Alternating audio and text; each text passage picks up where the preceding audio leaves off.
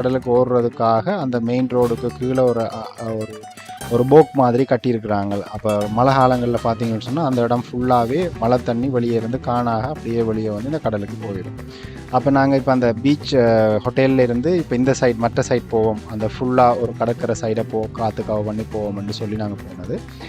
எங்களுக்கு ரொம்ப கண்ணில் அடிபட்ட விஷயம் என்னென்னு சொன்னால், அதில் ஒரு பில்டிங் வந்து ரொம்ப பாலடைஞ்ச இடம்.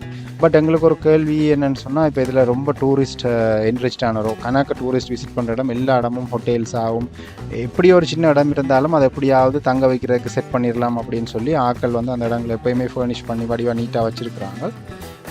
நாங்கள் எங்களுக்கு அடிக்கடி அந்த கண்ணில் பட்டது வந்து பார்த்தீங்கன்னு சொன்னால், அந்த ஒரு எரிஞ்ச பில்டிங் உண்டு. அது என்ன விஷயம்ன்றதை நான் இந்த தொடர்ந்து வர வீடியோவில் சொல்கிறேன். ஸோ நாங்கள் அதை நோக்கி வர நேரங்களில் திடீர்னு பார்த்தீங்கன்னு சொன்னால் கணக்கு 2-3 ட்ரெயின்ஸ் பாஸ் அவுட் ஆனது. இப்படி பாஸ் ஆனது எங்களை. அப்போ நீங்கள் அதில் பார்த்தீங்கன்னு சொன்னால் இந்த ட்ரெயினில் இருந்து இந்த சைடை கவர் பண்ணுற நேரங்களில்